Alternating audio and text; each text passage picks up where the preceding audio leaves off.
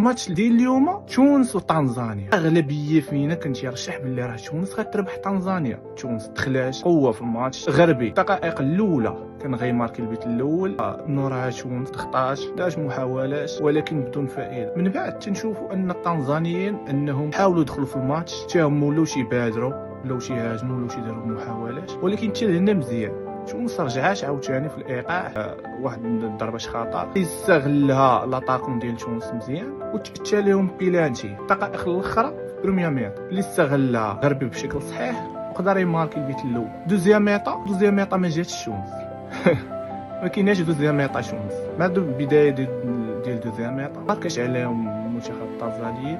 من الكره اللي الغريب ان البيت ديال المنتخب التنزاني واللعاب اوطو اللي ماركا انه بعيد على المرمى، وانه في الوقيته فاش بغى يسدد البيت انه ما حتى واحد من اللعابه ديال تونس ما زادش لعنده وخلاه يشوش بكل اريحيه.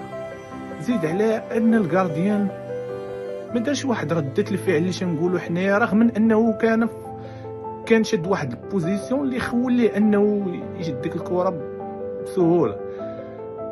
ما علينا، تماركا البيه تعادل حتى لهنايا مزيان. تنتسناو حنا ردة الفعل ديال تونس من ورا ما تماركا البيش، ما كايناش ردة الفعل.